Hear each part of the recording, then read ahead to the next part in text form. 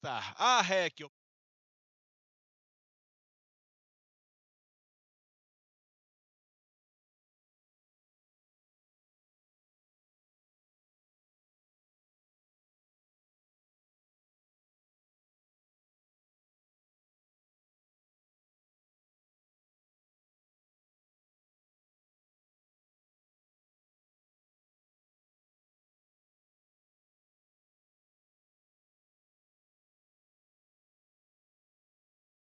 A Petrobras está fazendo 70 anos, com muita inovação e tecnologia. E produzindo hoje com energia para construir o amanhã. Porque quando a nossa energia vai para o seu dia a dia, pensar no futuro vira compromisso. Inovando com produtos mais sustentáveis e ajudando a cuidar das florestas, abrindo novas fronteiras para uma transição energética justa. Com respeito às pessoas e ao planeta. Petrobras, 70 anos. O Brasil é a nossa energia. Brasil, União e Reconstrução. Existe um ditado que diz: se quer ir longe, vá acompanhado. Então vamos juntos, engenheiros, agrônomos, profissionais de geociência e tecnólogos. Juntos para a terra dos ritmos, dos sabores e da alegria. Bem-vindos a Salvador, a casa da Soiá em 2024. E nada combina mais com a área tecnológica do que estar na terra de um povo que é pioneiro em tudo que faz e que continua a inovar diante de todas as mudanças do mundo. Aqui, os novos horizontes da nossa profissão vão estar em pauta e você está convidado a se tornar um dos agentes da mudança. Quando transformamos a educação, a tecnologia e a inovação, criamos um futuro sustentável. Participe da Semana Oficial da Engenharia e da Agronomia.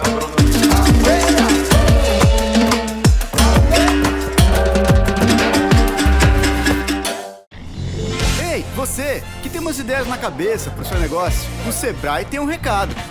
Ei, ei, estamos aí pro que der e vier. Ei, ei, estamos aí pro que der e vier.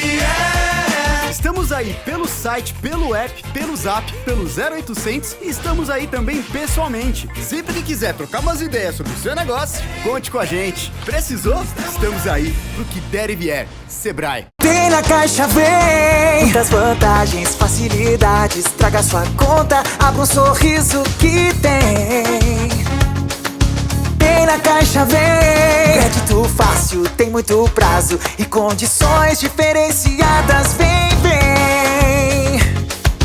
Tem na Caixa Vem. Já sabe, né? Tudo que você precisa tem na Caixa. Vem!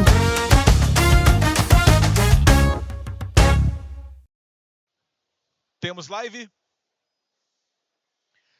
Senhoras e senhores, boa tarde.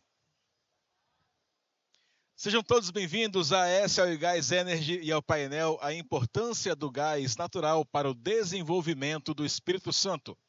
A MEC Show, Feira da Inovação Industrial e a SOI Gás Energy são realizadas pela Milanese Milanese do grupo Verona Fieri, com a promoção do Sindifer e do CDMEC, entidades de classe que congregam as principais empresas do setor da indústria de base do Estado do Espírito Santo.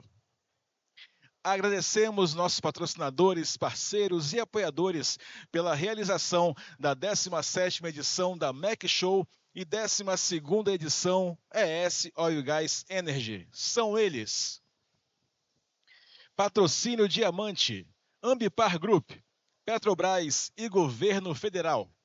Patrocínio Ouro, ArcelorMittal, Prio e Vale. Patrocínio Prata, Findes, SESI, Senai e Samarco. Patrocínio Bronze, Bandes, ES Gás, Estaleiro, Aracruz, Ciatrium, Suzano, Caixa e Governo Federal. Patrocínio Confea, CREA Espírito Santo, Mútua Espírito Santo e Sebrae. Apoio Ambiental, Marca Ambiental. Apoio Institucional ABMAC. Apoio Secretaria da Ciência, Tecnologia, Inovação e Educação Profissional do Governo do Estado do Espírito Santo. Parceiros: Fórum Capixaba de Petróleo, Gás e Energia, Instituto Brasileiro de Petróleo e Gás e Rede Petro. Apoio técnico DVF Consultoria. Peço agora a atenção de todos para que possamos ver os vídeos dos nossos patrocinadores. Vem na caixa, vem. Crédito fácil, tem muito prazo e condições diferenciadas. Vem. Vem na caixa, vem.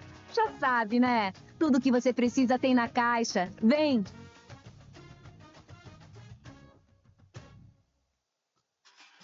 Existe um ditado que diz: se quer ir longe, vá acompanhado. Então vamos juntos, engenheiros, agrônomos, profissionais de geociência e tecnólogos. Juntos para a terra dos ritmos, dos sabores e da alegria. Bem-vindos a Salvador, a casa da Soiá em 2024. E nada combina mais com a área tecnológica do que estar na terra de um povo que é pioneiro em tudo que faz e que continua a inovar diante de todas as mudanças do mundo. Aqui, os novos horizontes da nossa profissão vão estar em pauta e você está convidado a se tornar um dos agentes da mudança. Quando transformamos a educação, a tecnologia e a inovação, criamos um futuro sustentável. Participe da Semana Oficial da Engenharia e da Agronomia.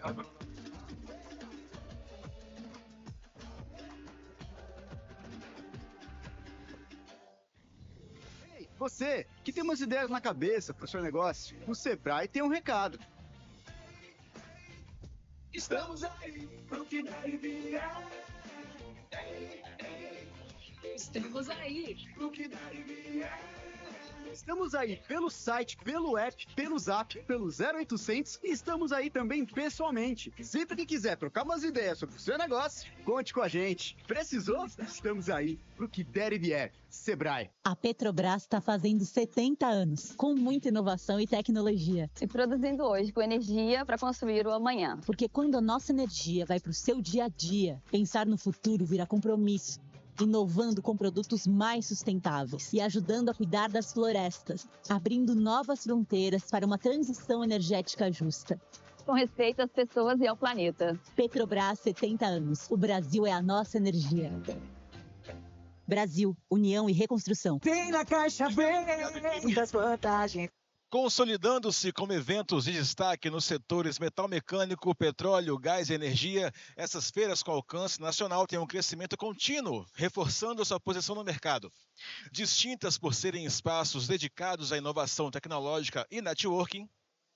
Não entendi? Tá baixo? Não dá para ouvir? Só com fone, Voltando, distintas por serem espaços dedicados à inovação tecnológica e networking, atraem os principais investidores, fornecedores e compradores do país, sendo reconhecidas pela mídia especializada como uma das 5 feiras industriais mais importantes do Brasil. Sob o tema Conectar, Inovar e Transformar, são realizados nessa edição 12 painéis temáticos e 49 palestras. Tá bom aí? A área total da feira atingiu 20 mil metros quadrados, representando um aumento de 10% em comparação à edição anterior, contando com a participação de mais de 330 marcas expositoras. Considerando os investimentos previstos no Brasil de mais de 970 bilhões de reais e no Espírito Santo de 105 bilhões, no período de 2024 a 2028, a realização da 17ª edição da MEC Show e 12ª edição ES Oil Gas Energy se revela fundamental para impulsionar o desenvolvimento tecnológico dos fornecedores, ampliar a visibilidade das oportunidades e seus meios de absorção, promover o relacionamento entre fornecedores e compradores e divulgar as competências. Esses eventos desempenham um papel importante, proporcionando um ambiente propício para o intercâmbio de conhecimentos, estimulando o avanço tecnológico, aliando-se às demandas e oportunidades de negócios. O objetivo desse painel é discutir a importância do gás natural para o desenvolvimento econômico e sustentável do Espírito Santo, abordando seus diversos usos, benefícios e desafios, e promover uma compreensão sobre o papel do gás natural na matriz energética do Estado, destacando as oportunidades de crescimento e os investimentos nesse setor. E para alcançarmos esse objetivo, teremos aqui exposições da AB Gás, ES Gás, BW Energy, Prio e TAG. Ao final, será promovida uma mesa redonda entre os participantes. Para conhecermos sobre a importância do setor do gás natural na transição energética nacional, ouviremos agora o senhor Marcelo Mendonça. Ele que é diretor técnico comercial da AB Gás, Associação Brasileira das Empresas Distribuidoras de Gás Canalizado, entidade que representa o setor de distribuição de gás canalizado do país. É engenheiro químico, formado pela Escola de Química da Universidade do Rio de Janeiro, com MBA em Gestão Empresarial e em Marketing, ambos pela Fundação Getúlio Vargas do Rio de Janeiro. Conta com mais de 20 anos de experiência no setor, 12 anos dos quais na Companhia Distribuidora de Gás do Rio de Janeiro, hoje controlada pelo grupo Naturg. Na concessionária, atuou na área comercial como gerente de vendas para grandes clientes. Na AB Gás, antes de assumir a função de diretor, Mendonça foi gerente de estratégia e competitividade. Entre suas atribuições está a gestão dos comitês estratégicos permanentes em interlocução com órgãos estaduais e federais. Com vocês, senhor Marcelo Mendonça.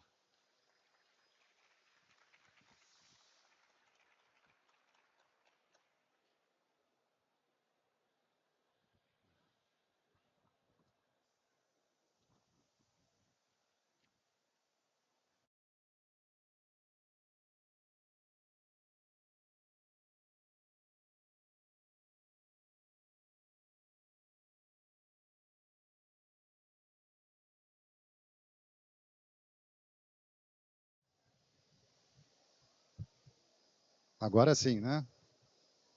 Obrigado pela apresentação, Raquel. É um prazer estar com vocês e estar participando desse evento. É uma oportunidade incrível aqui estar no estado do Espírito Santo. A gente tem uma apresentação aqui, vocês podem colocar?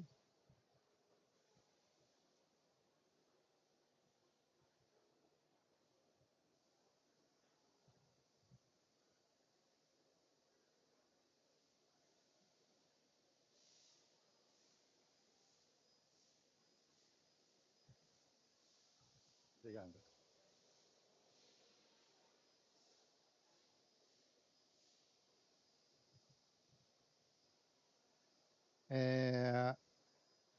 Então, falando um pouco dessa apresentação.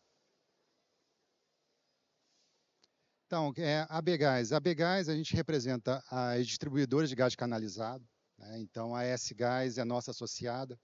E a gente justamente busca a defesa dessa agenda do desenvolvimento do gás natural.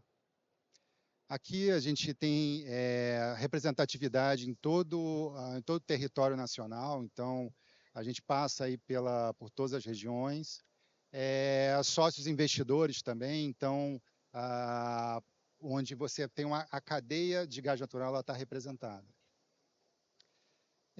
Falando da nossa agenda, né, então, qual é o papel do gás natural na transição energética?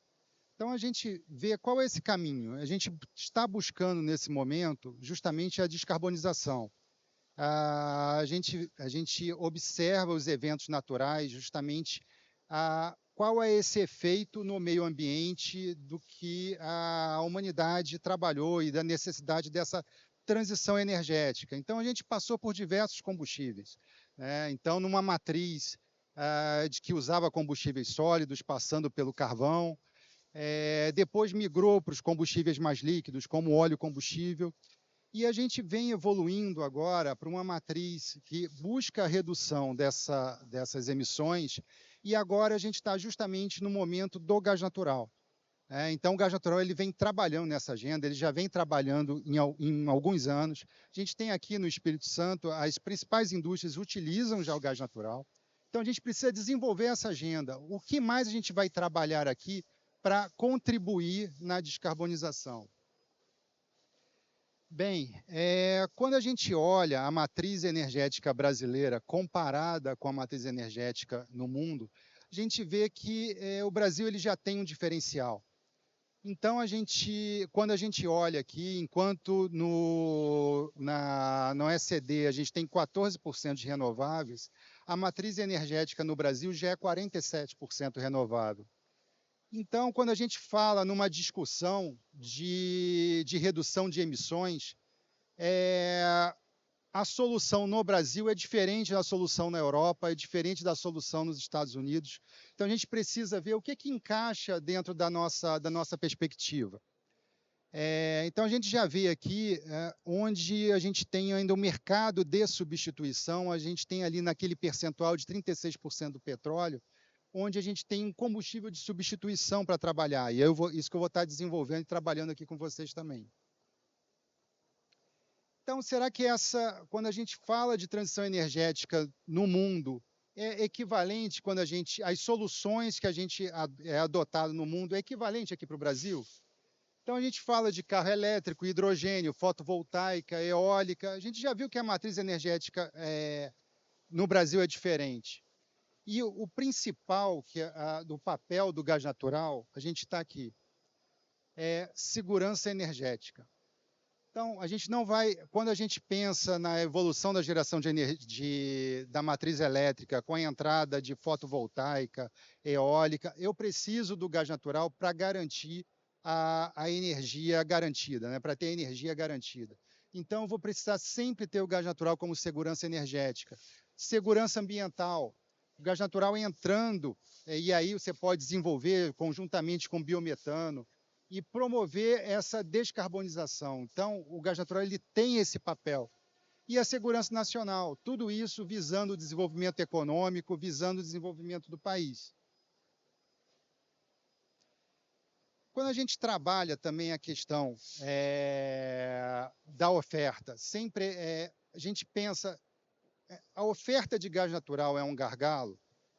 Então, quando a gente olha para isso aqui, nunca foi, né? O Brasil, a gente nunca teve problema de oferta, problema de suprimento para você conseguir atingir o mercado final.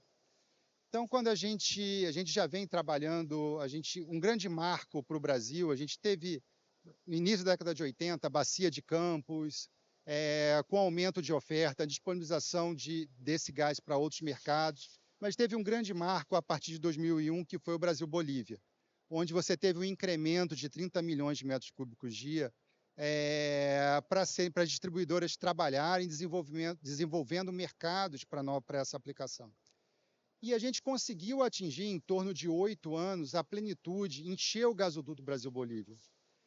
E a gente vem em um outro cenário agora. Então, é importante, assim, desse painel, porque a gente está entrando com distribuidora, transportadora e produtores, justamente para conseguir unir esses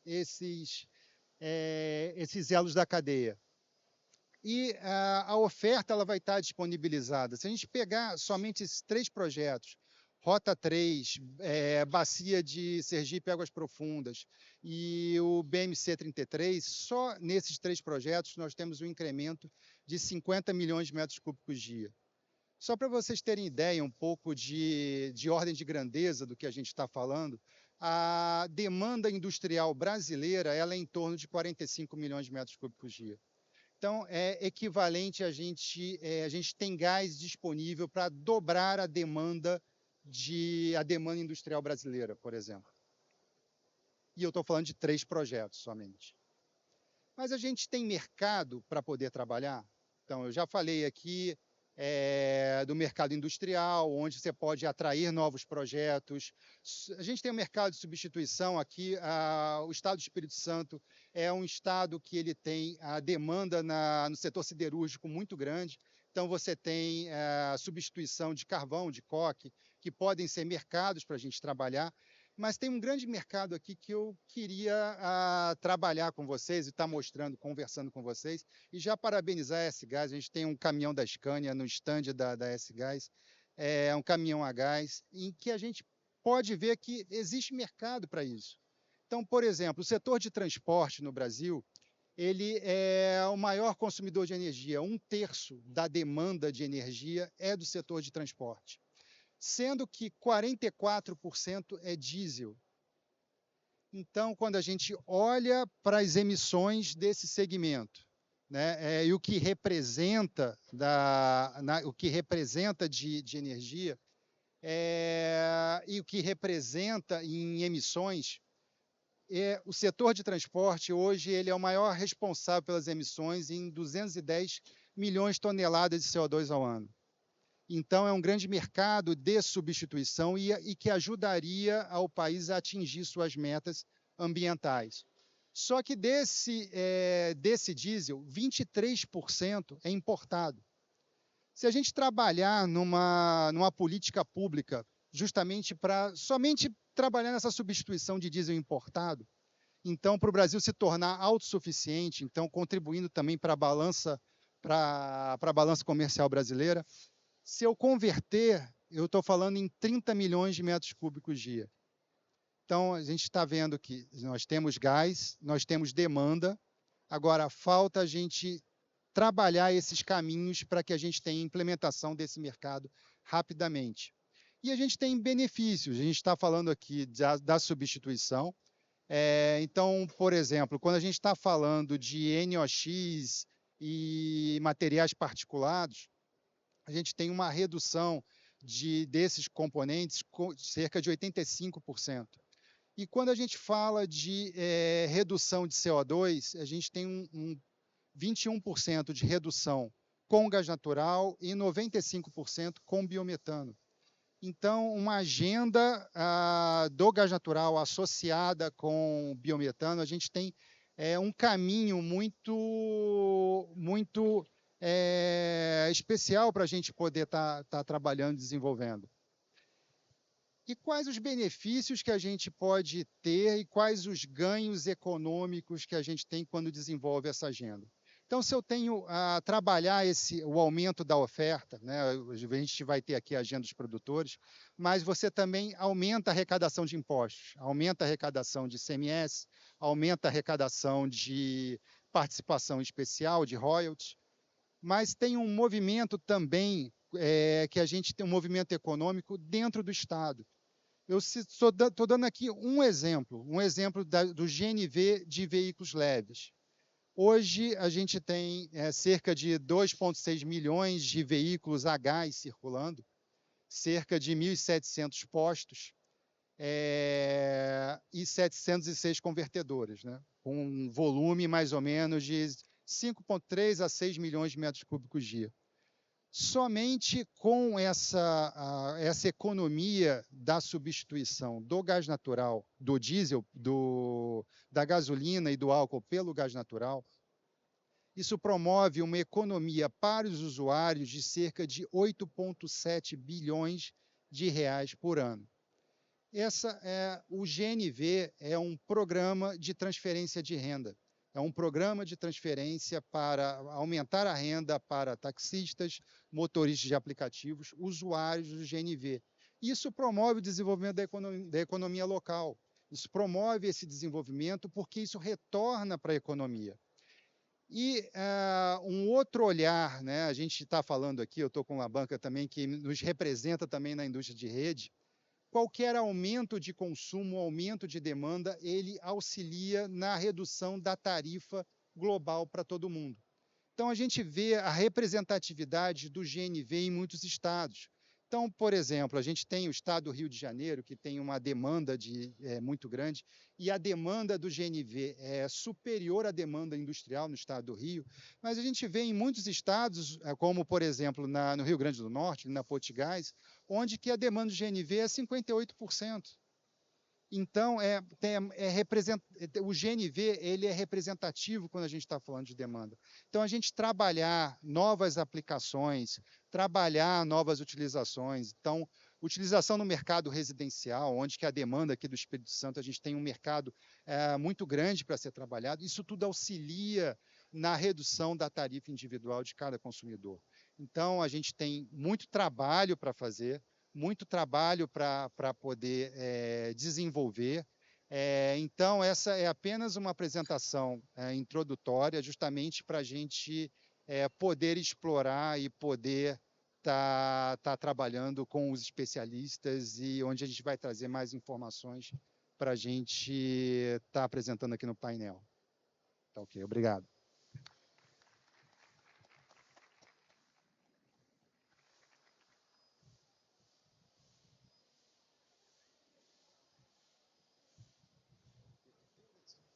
Tô que manda. O que prefere? Quer ficar? Sem problema. Obrigado, senhor Marcelo. Gostaria agora de convidar à frente para ministrar uma palestra sobre a importância do gás natural para o desenvolvimento do Espírito Santo, o senhor Fábio Bertolo, que com mais de 25 anos, aplausos, que com mais de 25 anos de atuação em desenvolvimento de negócios e estratégia na indústria de gás natural, Fábio Bertolo atua hoje como diretor-presidente da ES Gás. É graduado em economia, possui pós-graduação em finanças estratégicas pela Universidade de Oxford e pós-graduação em commodity trading na Université de Genève. Falei certo em francês? Então tudo bem. Então, senhoras e senhores, Fábio Bertolo.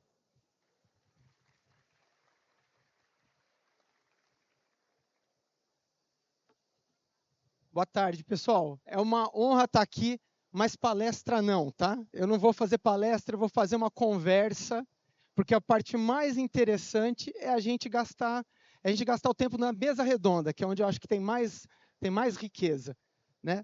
O meu papel aqui, eu vou ter que deixar minha regrinha de lado aqui, eu vou lembrar do que eu falei. O objetivo do nosso papo aqui é falar da importância do gás natural para o Espírito Santo, do ponto de vista da distribuidora, mas antes de tudo é um prazer estar aqui na 17ª MEC Show, é um prazer estar aqui na 12ª ES Oil and Gas. Agradeço especialmente aos organizadores, aqui representado pela figura do Durval, que é ele é conselheiro da ES Gás, meu conselheiro, um grande amigo capixaba, né? E aqui a gente vai, deixa eu ver se eu vou conseguir passar, qual que é a ordem aqui. Tá certinho, pronto, gente. Primeiro de tudo, gente, estamos aqui para falar do gás natural. O gás natural ele não ganhou alcunha de combustível de transição à toa, tá? Isso por quê? Porque ao longo do tempo ele foi substituindo outros combustíveis. Ele foi substituindo principalmente o carvão e os derivados de petróleo. Hoje, no mundo, né, ele é cerca de já 1/3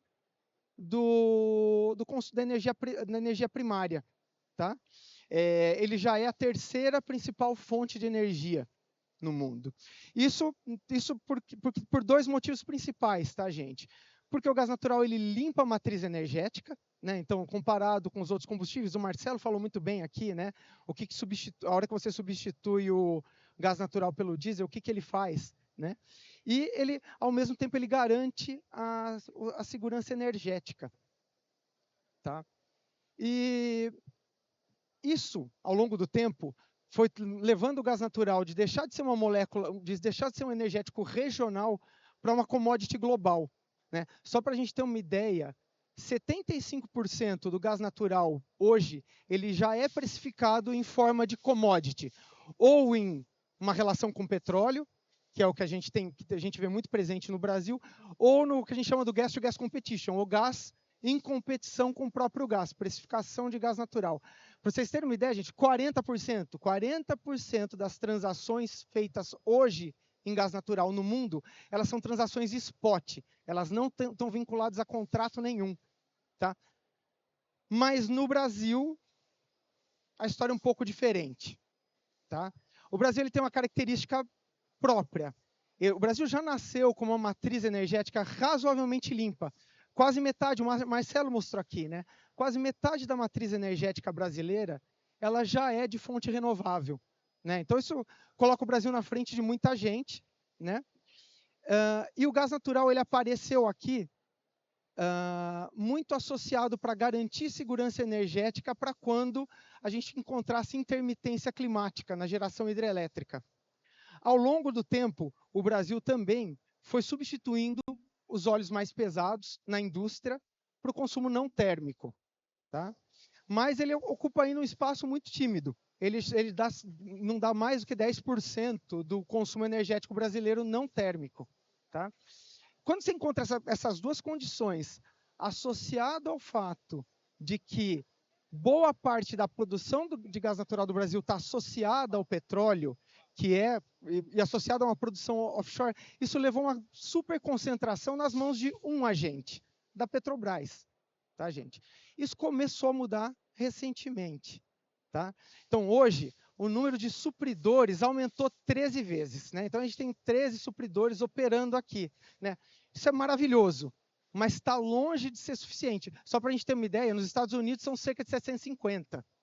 Tá? Então, isso mostra que o mercado ainda precisa de muito mais liquidez. Tá? E o Espírito Santo, que é o objetivo da gente estar falando aqui, ele também tem as suas próprias características. Tá? A primeira delas, o Espírito Santo, comparado com os demais estados do Brasil, ele tem uma matriz muito mais parecida com a do primeiro mundo do que com a do Brasil. Ela tem uma percentual de renováveis menor, né? Com uma participação muito marcante de carvão, especialmente por processo de siderurgia e mineração. Espírito Santo, por outro lado, aqui, né, ele tem uma forte vocação logística. É um estado que é costeiro. Né? Então, tem praticamente toda cidade que tem uma costa no Espírito Santo tem um projeto de porto, ou já tem um porto. Né? Então, isso é muito interessante. Mas a coisa mais interessante do Espírito Santo, na minha opinião, é que é um estado que tem liderado o processo de descarbonização. Então, essa é uma pauta do governo do estado, né? Uma pauta muito grande, e ele tem assumido liderança. E é um estado mais marcante ainda pela estabilidade regulatória, que é tão importante para a indústria de rede. Né? Então, ele tem uma estabilidade regulatória, compromisso, respeito a contratos, que faz uma grande diferença. Tá? E, claramente, a gente consegue perceber aqui que o Espírito Santo ele tem uma boa compreensão dos desafios que a gente tem aqui para o gás. E como o gás natural é importante. Primeiro, o gás natural, gente, ele ajuda a descarbonizar. Né? Então, eu vou repetir, né? Ele é um vetor de descarbonização, né? Então, ele passa a diminuir. Para vocês terem uma ideia, aqui ele tem ele permite que você reduza, né, a substituição de carvão em processos que usam ou óleo diesel ou o carvão mineral. Ele, evidentemente, melhora a qualidade do ar. Outro ponto que o Espírito Santo tem grande compreensão, tá? A gente precisa garantir a competitividade do gás natural, ao mesmo tempo que investe na diversificação da matriz energética do Estado. Tá?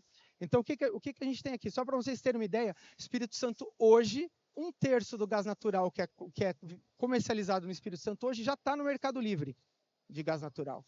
Então, ele está na liderança de muitos outros estados. Eu não estou falando mercado térmico, não, estou falando mercado não térmico. Tá?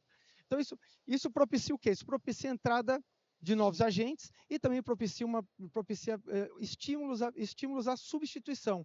Para vocês terem uma ideia, ano passado, a gente acompanhou clientes substituindo carvão por gás natural por mais da metade do ano, fazendo teste em alto forno, fazendo vários cenários. Qual que é o desafio aqui? É garantir que esses clientes consigam capturar esses benefícios quando você tem maior ou menor liquidez. Hoje a gente tem um problema de liquidez que está travado em muito contrato. Esse gás, o que ela está fazendo nesse sentido? Está tentando facilitar o máximo possível para quê? Para que esses clientes eles possam se aproveitar dessas ofertas esporádicas de curto prazo. Ao mesmo tempo que a gente também renova o nosso portfólio. Né? Recentemente acabamos de assinar um contrato de suprimento de curto prazo com a Shell, descontado comparado com as nossas fontes.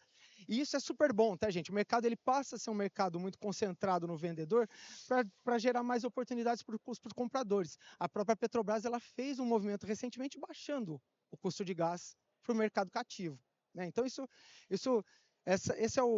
é o bom movimento que a gente encontra aqui. Ao mesmo tempo, pessoal, em que a gente desenvolve a infraestrutura para dentro do Estado. Né? E não é interiorização a qualquer custo. Né? Na verdade, é permitindo a diversidade da matriz energética em vários pontos do Estado.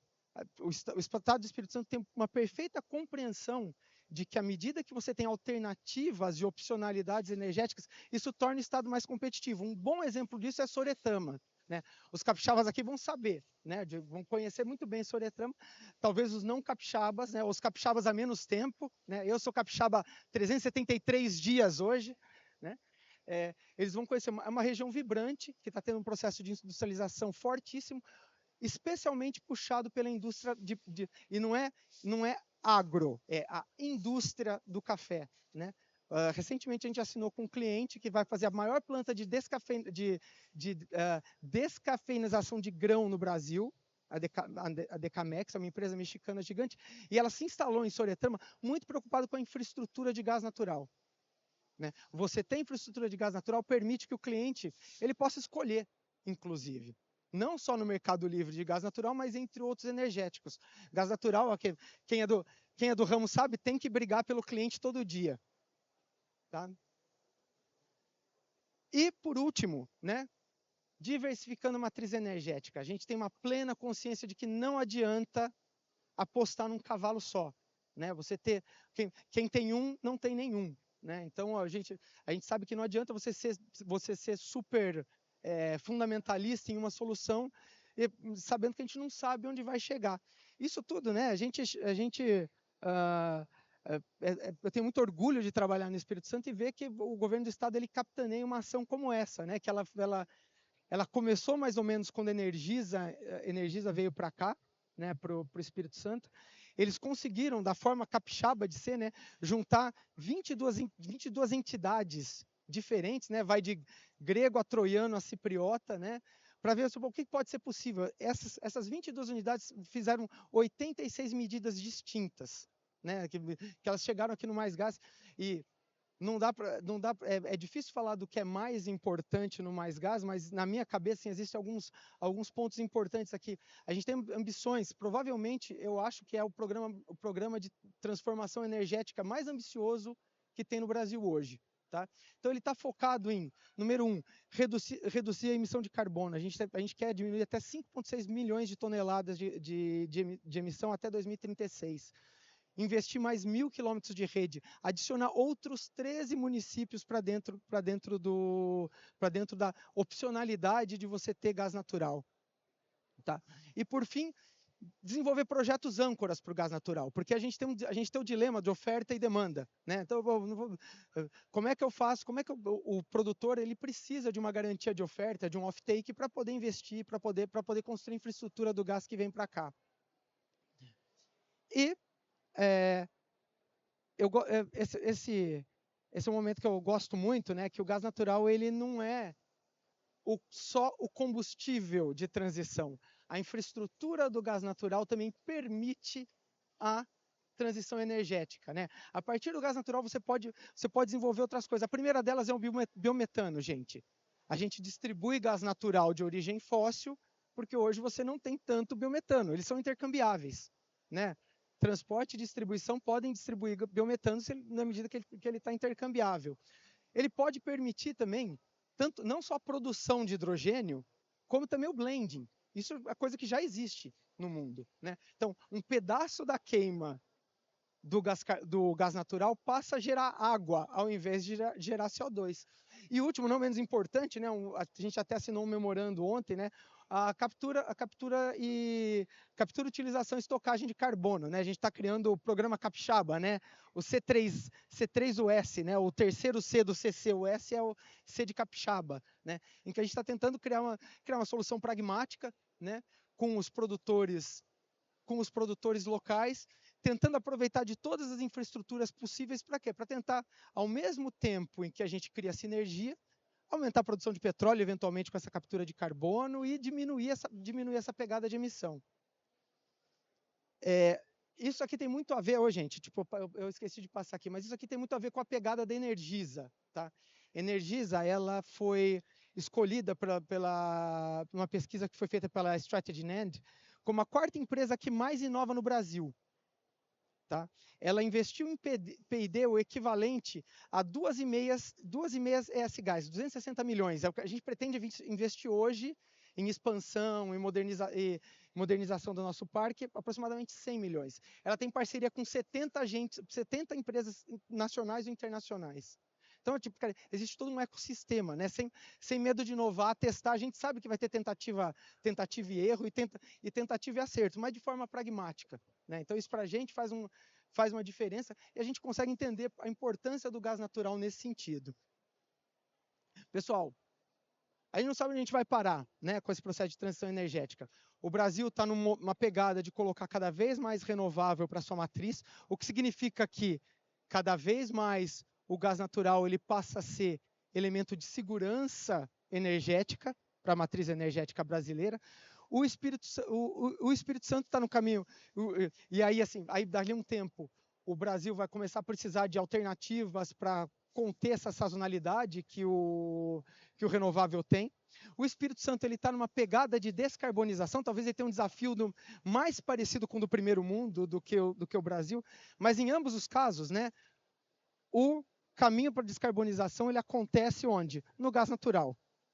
Tá, aqui eu termino minha fala, eu quis fazer rapidinho para a gente poder bater um papo de qualidade. Gente, valeu.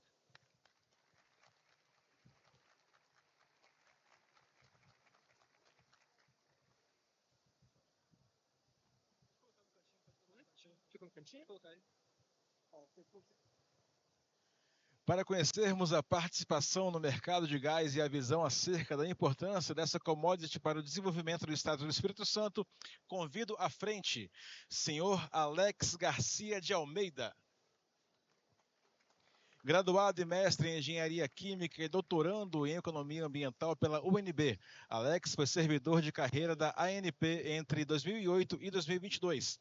Tendo desempenhado diversas funções na agência como coordenador de investigações de incidentes, assessor de auditorias e fiscalização, assessor do diretor-geral da ANP e chefe do escritório sede da ANP em Brasília.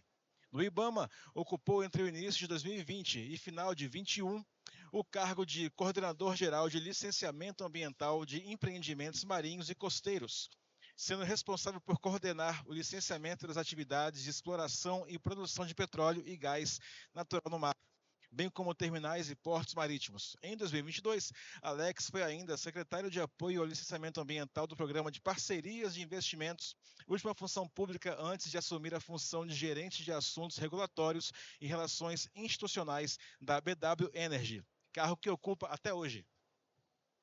Senhor, aplausos, verdade. Muito bem, Durval, muito bem. Senhor, parabéns. Senhor Gustavo Rupper. Head de Trading Ship da Prio. Com mais de 15 anos de experiência na indústria de óleo e gás, foi responsável pela evolução da área de trading da companhia no último ano. É mestre pela PUC-Rio, economista formado pela UFRJ e Universidade de Salamanca e especialista em finanças pela COPEAD. Aplausos para o senhor Gustavo Rupper.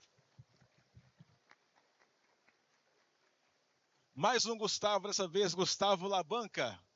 Onde está? Gustavo Labanca, muito bem. Se juntou à Engie em 1998, atualmente é o diretor-presidente da TAG. Antes, foi diretor de desenvolvimento de negócios da Engie Brasil, responsável pelo crescimento orgânico e inorgânico da companhia no país, e pelo giro da carteira através do desenvolvimento de ativos. Desinvestimento de ativos, perdão. É membro do Conselho de Administração da Engie Brasil Energia, do Conselho de Administração da Energia Sustentável no Brasil, responsável pela usina hidrelétrica de Giral, e também do Conselho da Usina Termoelétrica Pampa Sul S.A. Anteriormente, trabalhou na Engie Brasil como gerente de desenvolvimento de projetos e negócios, de 98 a 2000. Entre 2000 e 2010, como analista financeiro, gerente financeiro sênior e vice-presidente no Departamento de Finanças Corporativas. De 2010 a 15, como vice-presidente de desenvolvimento de negócios, Gustavo Labanca é graduado em Engenharia Eletrônica pela Universidade Gama Filho, pós-graduado em Avaliação Corporativa pela Fundação Getúlio Vargas, do Rio de Janeiro, em Engenharia Nuclear pela ABDAM, ABDIB e COP, da Universidade Federal do Rio de Janeiro, e possui MBA executivo pela COPEAD, Escola de Negócios da UFRJ. Uau! Aplausos! Senhor Marcelo, senhor Fábio, vocês que falaram aqui logo no começo, eu peço que participem conosco deste momento, e agora vocês comandam aqui o painel, tá bom? Vou te passar o microfone, fiquem à vontade.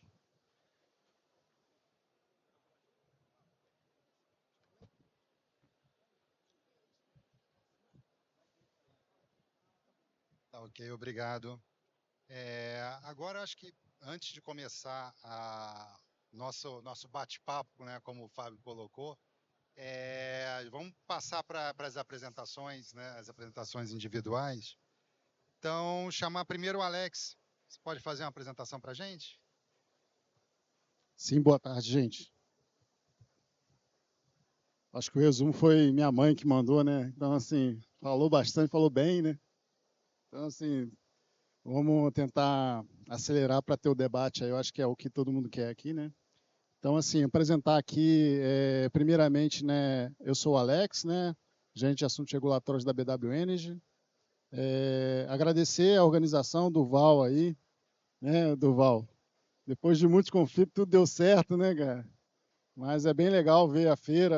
Ano passado a gente estava na correria para assumir, a gente assumiu o polo de golfinho aqui em Camarupim em 28 de agosto do ano passado, então eu lembro de passar em frente à feira e não consegui parar aqui no ano passado, então esse ano não só vim, mas participei de todos os dias, então é muito legal.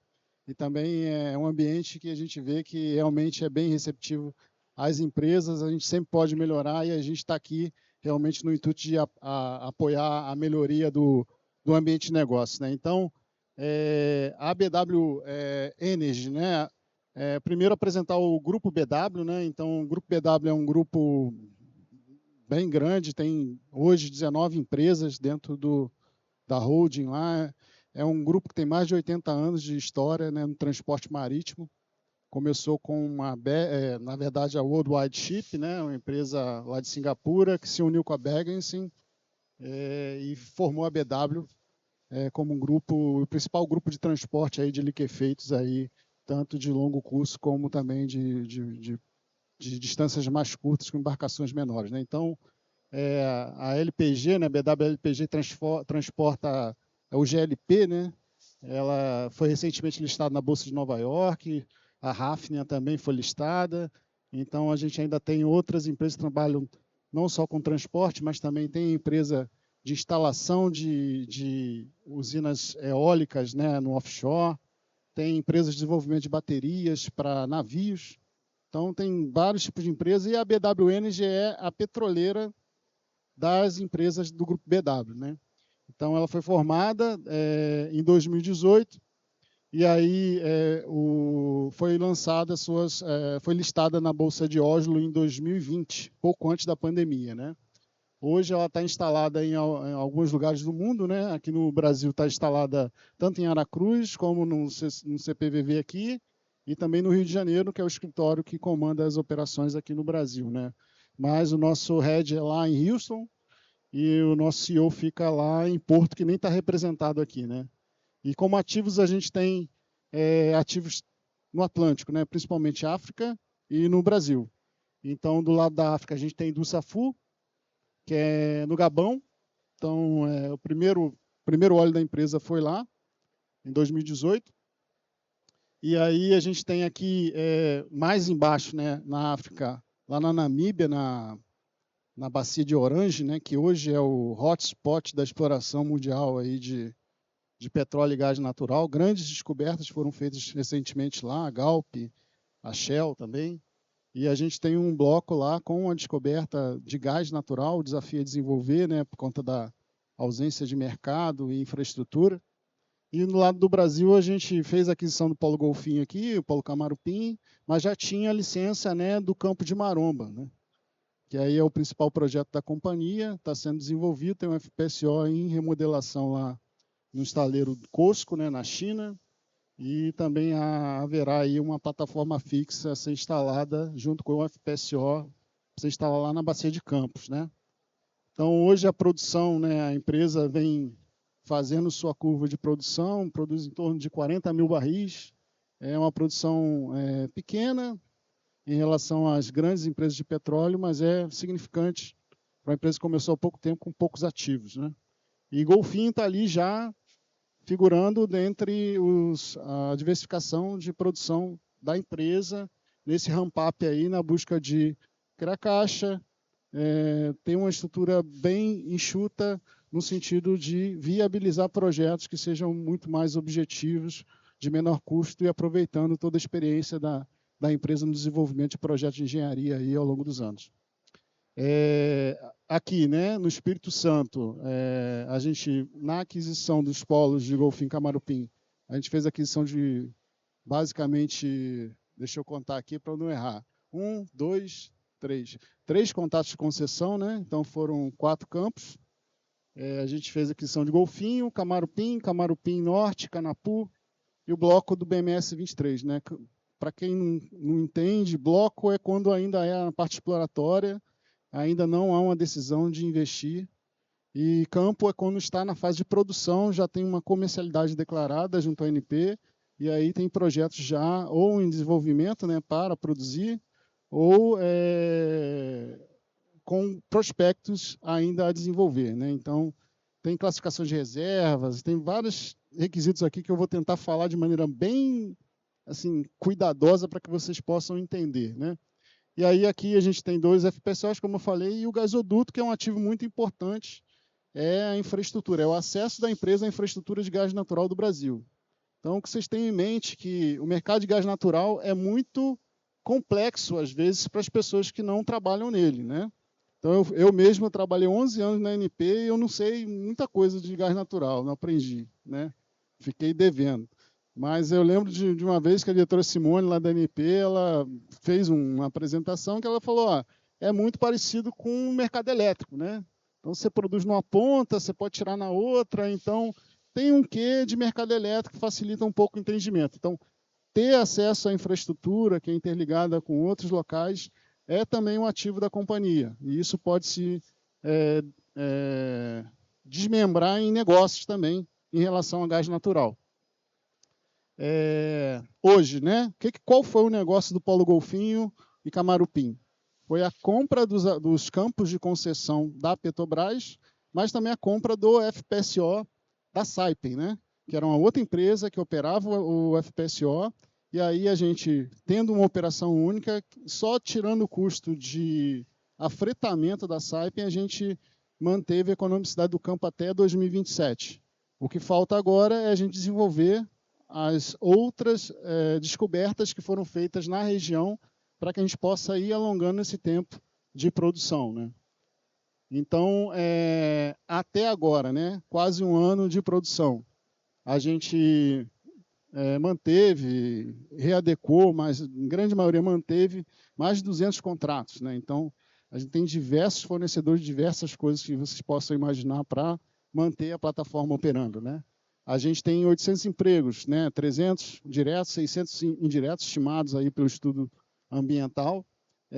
A média de produção é de 9.700 barris por dia.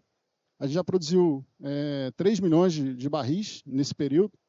E só em royalties a gente recolheu 140 milhões de reais com esse ativo, que é um ativo pequeno. Estava para ser descomissionado em setembro de 2023. Descomissionado, gente, tirar de lá, acabar com essa infraestrutura que a gente vê valor, entendeu? Então é tirar a plataforma, tirar as linhas, tamponar os poços, tirar o gasoduto e isso é finir, entendeu? Então, assim, a gente vê valor na infraestrutura para que a gente tenha acesso a outras oportunidades. E Golfinho foi sempre um campo que produziu gás, mas o foco sempre foi óleo. E o futuro do campo de Golfinho é gás. Então, a gente tem várias acumulações de gás, tanto dentro de Golfinho, como em Camarupim, como no Parque dos Doces, que é o BMS 23, e a nossa intenção é desenvolver projetos de gás, né?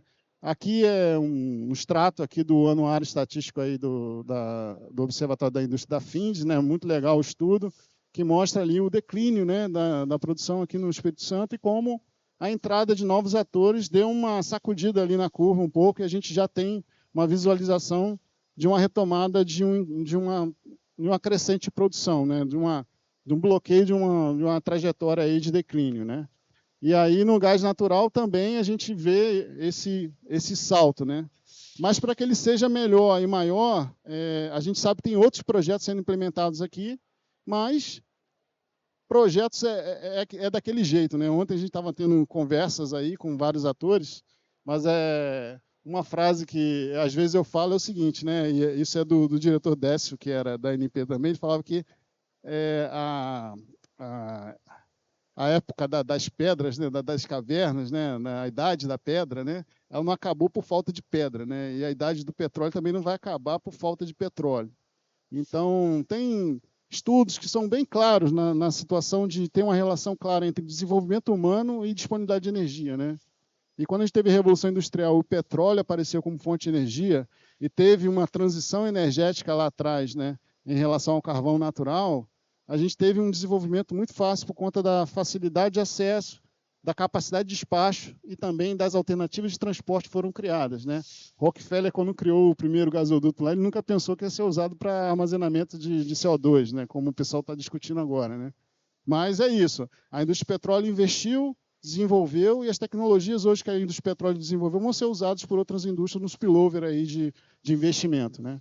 E aqui a nossa visão temos acumulações de gás, 6 acumulações no Parque dos Doces, a gente tem Camarupim, Golfinho tem 40 milhões de barris de óleo equivalente de reservas, Camarupim junto com o Parque dos Doces tem outro Golfinho, então assim, Maromba, no Rio de Janeiro, 2,5 vezes Golfinho, água rasa, entendeu?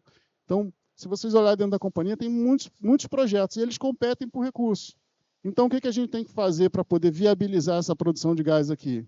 Viabilizar esses projetos, que eles sejam mais economicamente atrativos, né? E hoje, qual é a dificuldade, né? A dificuldade é que a gente está competindo com poços no pré-sal. Então, o mesmo tipo de tecnologia para furar um poço no pré-sal é o que eu vou usar para furar um poço de uma pequena acumulação aqui nas costas do Espírito Santo. Então, a gente tem que construir as condições para que um custo tão elevado, como a gente observa nos poços de águas profundas aí do pré-sal, possa ser equacionado para que essas reservas aqui, essas jazidas aqui, virem campos e possam produzir gás natural. Nossa pretensão é viabilizar essas produções e produzir ao menos até 2042. O FPSO Cidade de Vitória tem capacidade de processamento de 3 milhões de metros cúbicos. Então, ele hoje a gente já mantém 800 empregos aí, né? Aquela arrecadação, aquela produção de petróleo. E a gente tem a intenção de manter isso baseado no gás natural. E aí, alongar esse investimento e alongar essa produção, no mínimo até 2042. E também estamos abertos aí a outras visões de negócio, outras questões em relação à infraestrutura. O próprio grupo da empresa tem o BW Magna, né, instalado lá no Porto do Açu, que é um navio que ele armazena GNL, gás natural liquefeito, e ele despacha conforme a necessidade da térmica. Então, a gente tem no grupo empresas e infraestrutura em relação a gás natural liquefeito, por exemplo. Então, a gente está estudando alternativas e vai chegar a um consenso de qual é a melhor alternativa aqui para o Espírito Santo. Nosso interesse é realmente trazer a BW Energy aqui pelo Brasil, entrando pelo Espírito Santo, porque a gente acredita que a gente vai usar o campo de Golfinho como um excelente exemplo do que a empresa pode produzir em relação a campos já desenvolvidos, né? E a experiência de Golfinho, e a infraestrutura e logística que a gente vai desenvolver aqui no Espírito Santo vai nos permitir desenvolver o principal projeto da empresa, que é Maromba, que vai ser na Bacia de Campos. Aí vai ter essa questão de competição, né? Para onde a gente vai? O que a gente vai fazer? A gente vai fazer as coisas no Rio ou vai fazer no Espírito Santo? Eu, pessoalmente, prefiro o Espírito Santo. Sou carioca, né? Mas minha mãe é de Mantenópolis. Então, assim, ela sempre me falou que o Espírito Santo é bom e eu vim aqui para conferir e é verdade mesmo. Então, assim, é isso, gente. Obrigado aí pela atenção de vocês. Tá? Passo a palavra aí para o nosso colega ali. Alex, obrigado pela apresentação, foi muito didático. E obrigado também assim, conhecer a BW, né, que tem um posicionamento diferenciado no mercado, né? Então, trazer essas alternativas, trazer essas possibilidades é importante para a gente justamente estimular o debate.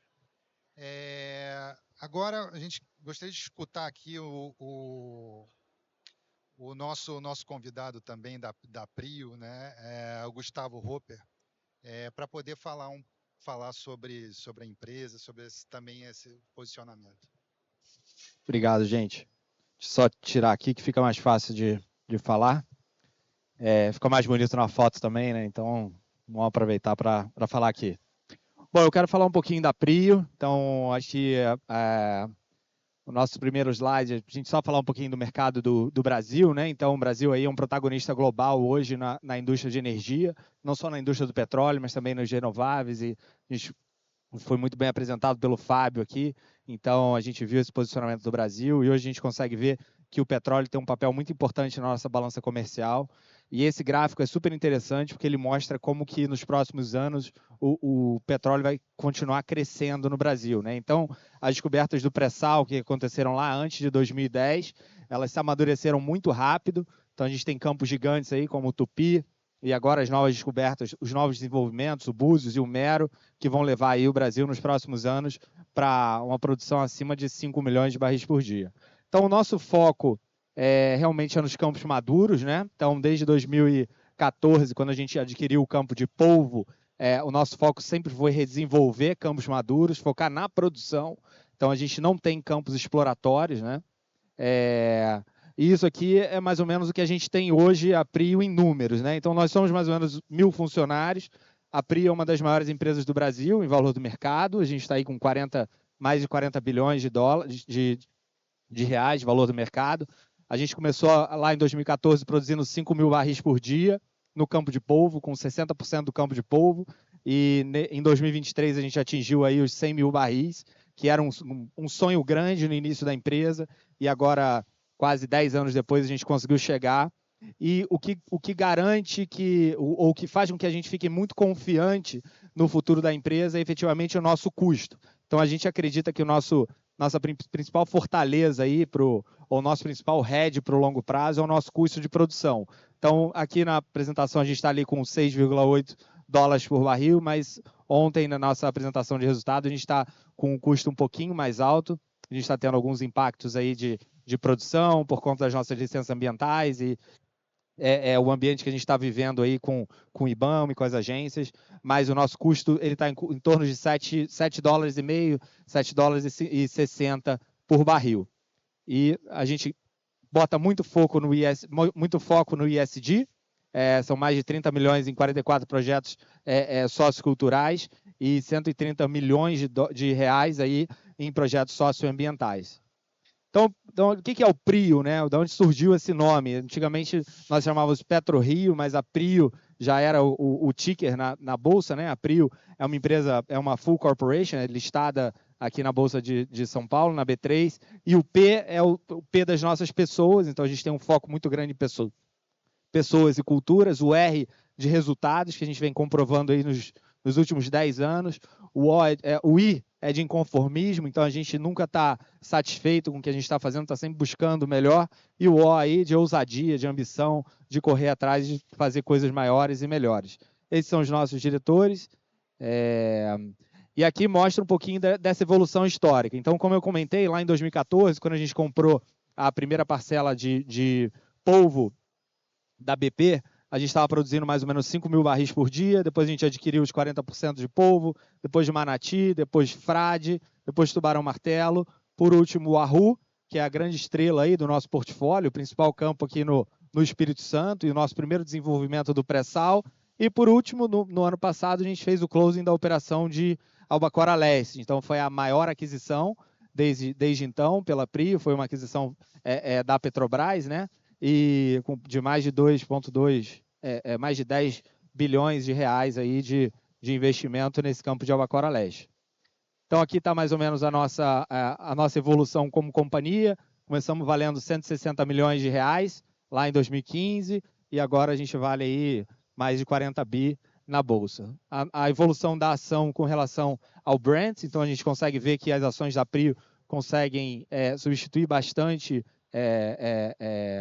conseguem ser ter uma performance melhor do que o próprio preço do petróleo. E o nosso principal plano de negócio é a revitalização de campos maduros, né? Então, a gente é movido por eficiência, como eu falei, esse é o nosso hedge para o futuro. A gente começou lá com custos muito mais altos, em todos os campos a gente conseguiu reduzir os custos, e principalmente com o aumento da produção em cada um desses campos, o aumento da produtividade, a gente consegue diminuir as nossas emissões aí por carbono, ou seja, a concentração de carbono por barril, de maneira significativa, desde 31 quilos de CO2 por barril de óleo equivalente, agora para o quarto tri de 2023 a gente conseguiu chegar aí em 19. A inovação também está no nosso DNA, né? Então, nós fomos a primeira empresa a usar a inteligência artificial da Microsoft, que é o Copilot. A gente já tem todos os nossos FPSOs conectados aí pela Starlink, com internet de alta velocidade, uma latência muito baixa de comunicação e controle de equipamentos. E aqui é a parte que me compete, né? Então, eu sou o responsável por toda a comercialização da Prio, e o petróleo sempre foi o nosso foco, mas agora o gás natural está entrando aí no nosso portfólio com a força total, com esse aumento de produção que está vindo do Espírito Santo, né? Que é do campo de Wahoo. Então, eu costumava dizer que a gente sempre teve virado de costas para o mercado brasileiro, né? Porque hoje a gente vende praticamente toda a nossa produção para o mercado externo, para todos os cantos aí, para todos os centros de refino do planeta. Então, a gente manda óleo hoje desde a Califórnia até o Japão, passando por tudo no meio. Então, e da onde vem essa eficiência, né? Como que a gente consegue operar com custos tão baixos, com tão pouca concentração de carbono? Efetivamente, na otimização dos ativos que a gente tem no nosso portfólio. Então, a gente fez uma operação de tieback entre o campo de Tubarão-Martelo e o campo de Polvo, que permitiu que a gente diminuísse muito o custo e as emissões nesse campo. E agora a gente está se preparando aí para fazer o tieback do campo de Wahoo no campo de Frades. Então, o primeiro tieback é um tieback de 11 quilômetros, e agora essa segunda operação, que vai unir o Rio de Janeiro ao Espírito Santo via um viaduto rígido e umbilicais, vai ser uma conexão de 35 quilômetros. Então, hoje eu tive a oportunidade de dar um pulo lá na fábrica que está fabricando os umbilicais, e realmente a grandiosidade do projeto é uma coisa que enche os olhos. Então, a gente tem muito orgulho de poder estar fazendo isso aqui no Espírito Santo, de estar fabricando os principais equipamentos aqui no Espírito Santo, e realmente é impressionante a capacidade de execução e a tecnologia industrial que a gente tem aqui no estado. Então, está todo mundo de parabéns, eu estou muito bem impressionado. A minha relação com o Espírito Santo sempre foi com Guarapari, então agora eu tive essa oportunidade de conhecer também essa tecnologia industrial. Então, aqui, só para a gente poder ter a visualização geográfica, né, de onde que estão os nossos campos. Então, a gente tem o Tubarão-Martelo e o Polvo, que são um pouquinho mais no sul, mais próximos ali de Búzios, naquela região. O Albacora Leste e o Frade estão um pouquinho mais para o norte, mais próximos ali de Macaé, São João da Barra. E o Wahoo, que é essa conexão de 35 quilômetros, que está aqui no Espírito Santo, que ele vai ser conectado ao campo de Frade. O gás do campo de Frade, hoje, ele é escoado pelo sistema de escoamento da Bacia de Campos, que chega lá em Cabiúnas. Então, quando esse gás chega em Cabiúnas, ele conecta nas duas malhas de transporte, na TAG e na NTS. TAG aqui, representada pelo meu xará Alabanca. E a gente vai conseguir voltar para o Espírito Santo. O Fábio falou uma coisa muito importante, que é um indicador que a gente acompanha. Então, o Espírito Santo é um dos estados que tem a maior concentração de clientes livres com relação ao mercado cativo, por isso que a gente tem um foco muito grande no Espírito Santo, e esse ano a gente abriu a nossa primeira comercializadora de gás. Então, até o final do ano, se tudo der certo na assinatura do acesso à infraestrutura, a gente já vai estar aí sendo capaz de comprar e vender gás na malha e atender o Espírito Santo, que é um estado tão importante para a gente. Aqui são os nossos ativos, então a gente opera todos os nossos ativos, são 3 FPSOs, 2 sondas e uma embarcação multiuso. E esse aqui é a nossa estrela hoje, aqui no Espírito Santo, né? Então, como eu falei, é o nosso primeiro desenvolvimento no pré-sal. Isso dá muito orgulho para a gente, por conta dos desafios técnicos que a gente teve que superar aí dentro de casa, a gente usando tecnologia nacional e cientistas e engenheiros nacionais. Então, dá muito orgulho ver tudo que a gente está construindo lá aqui no Espírito Santo, com mão de obra capixaba, com intelecto capixaba. Então, o leito do mar entre o Rio e o Espírito Santo, daqui a pouco vai ficar lotado aí de equipamentos, assim que a gente conseguir a liberação do IBAMA. Essa licença ambiental ainda está travada. A gente achava que no início do ano, em janeiro, a gente já ia poder começar os trabalhos, mas você vê estamos aí em outubro, em agosto, correndo para tentar começar os nossos trabalhos lá. Então, como eu falei, é um projeto de 4 bilhões e meio de reais. Então, a maior parte desse investimento está sendo feito aqui no estado. E a produção estimada é de mais ou menos 40 milhões de barris. Então, aqui são barris de petróleo. Isso, como é um campo do pré-sal, ele tem uma proporção alta de gás com relação ao petróleo. Então, a produção deve superar 1 milhão de metros cúbicos por dia. Então, por isso que a gente está muito otimista. Eu vou passar rapidinho para os próximos, pelos nossos próximos campos. E aí aqui é o polvo e o tubarão-martelo, que como a BW, que foi o mesmo caso no Golfinho, lá em 2013, a gente tinha a previsão de abandono, então a gente recebeu 70 milhões de dólares, enfim, recebeu um valor do antigo operador para poder abandonar o campo, e hoje a gente continua produzindo e tem mais 15 anos de produção aí nos campos de polvo e tubarão-martelo. E como não pode deixar de ser, nós também temos um foco muito grande no ESG, então a nossa concentração de carbono ela diminui com o tempo, a gente investe muito em projetos sociais no Brasil inteiro, e tem um projeto que especialmente me dá muito orgulho, que é a Academia Reação Offshore, que é um projeto de capacitação de mão de obra para a indústria offshore. Então, eletricistas, técnicos, todas essas pessoas passam por um processo seletivo para participar do treinamento, e no final do treinamento essas pessoas também têm a chance de trabalhar embarcado lá nas nossas plataformas. E a governança, né? Então, a Prio, como Full Corporation, ela atende aí os maiores níveis de governança do mundo. Então, nós temos muitos investidores institucionais estrangeiros. Então, isso é uma coisa que a gente leva muito a sério.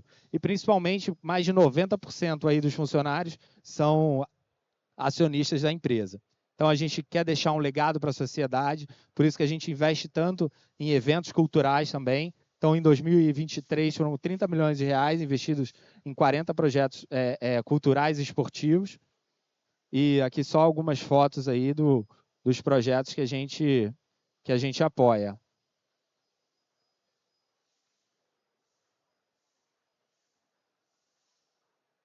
Os projetos ambientais. E é isso. Muito obrigado. A gente fala de gás já. Obrigado, Gustavo Roper. Também foi uma apresentação importante, né? E a gente vê justamente essa diversidade de posicionamento, né? Então, você poder trazer novas oportunidades de gás, né? Explorar campos maduros, que você pode trazer um gás mais competitivo para o mercado. Acho que é importante, isso traz mais oportunidades para a gente trabalhar a nossa indústria, né?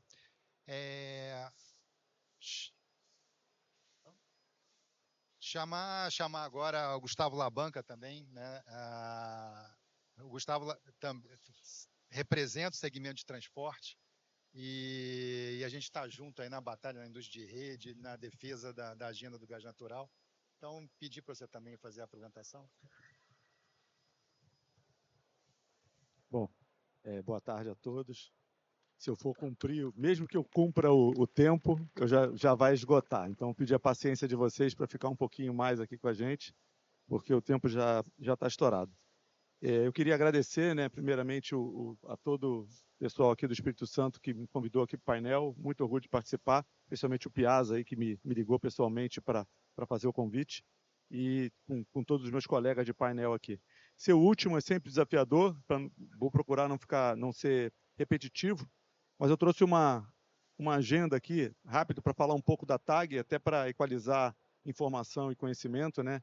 O que é a TAG e por que a gente participa nessa cadeia do gás. Obviamente, o principal objetivo aqui do painel, que é falar da importância do Espírito Santo, falar um pouquinho da abertura do mercado, né? O mercado de gás, nova lei vem de 2021, então um mercado novo.